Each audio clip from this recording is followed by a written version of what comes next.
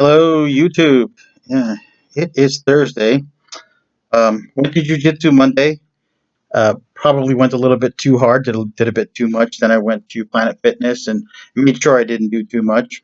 Um, Tuesday, I had a session scheduled with a student, Gene. He was going to come over here and get a lesson, but there was sleet coming down, and as soon as he got here, he's like, you know what, we should probably just postpone till another day because we don't know what the roads are going to be like. I said, fine. It was on and off, rain and sleet all day, so it was a wise decision. Then yesterday, there was a chance to go to jujitsu, but not really because it snowed. So I stayed home, did what I could, amused myself how I could, bored as hell. Now, Thursday, one of my clients that was supposed to come in is sick. I have a lot of free time. So, I've been taking care of things. I've been doing some cardio, doing some stretching, practicing some Wing Chun, Five Ancestor Fists, Southern Shaolin, laying easy off of any resistance exercise because I'm hoping tomorrow, Friday, hoping that the temperature will be good enough that I can ride my bike to jujitsu, take a morning class, and probably head over to Planet Fitness because my afternoon he's out of town. So I am back on track, but slowly. It's sort of an underachieving month this February, but luckily it's a short month and it'll be over soon, hopefully. All right, a couple of updates. Some of my viewers have been following my situation, my drama, whatever you want to call it. Let me adjust here. You've been following my situation, you know that I have issues with my family. So I'm going to include a little bit of a message to my family. All right. And those of you that enjoy drama, soap opera, here it is. Um, Dear family. Dear family members that I am not in touch with. Uh, you were an abusive family. Okay.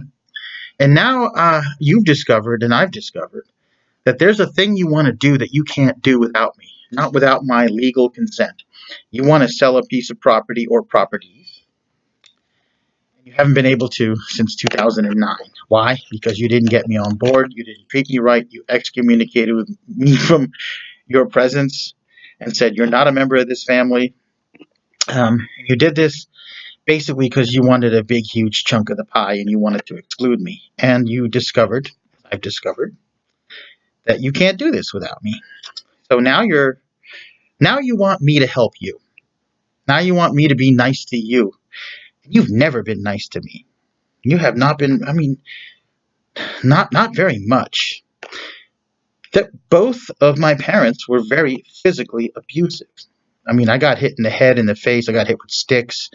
I got hit with aluminum pipes from a vacuum cleaner. Of course, fists, canes, all kinds of things. Both mother and father, mostly father. Um, and I'm going to say this. I'm going to say this. There was a period when it looked like my late father, was trying to initiate some form of molestation.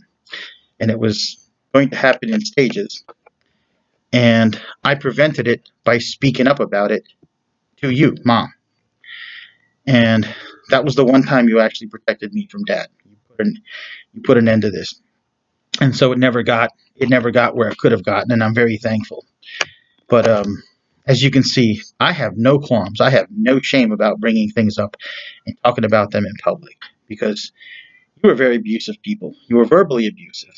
You were mentally abusive, socially abusive, and in one situation, you almost got to sexual abuse.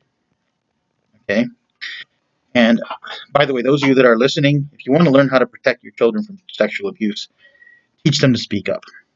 That's what I did. I spoke up. There were two times in my childhood when there was an attempt at molestation. One was by a therapist, psychologist, and again, I spoke up, and I was alone with this person. I spoke up, and I picked up a letter opener off of the table, and you know, presented a strong front. I'll probably get that story later. It takes a lot to drag this out, but you know, I've been bullied all my life. My family has been particularly abusive to me, damaging in damaging ways, and I've managed to survive it. And in a weird sense, it has surviving it. I've made myself into a better person and a better example of a teacher to prevent people from being bullied by surviving it. Okay, later on in life, I've encountered many bullies. I've encountered assaults.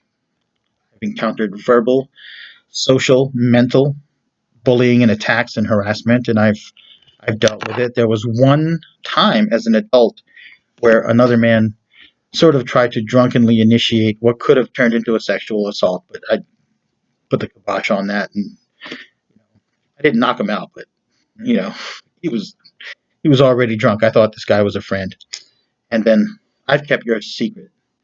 You kept your secret because you wanted a career in the military and you got one.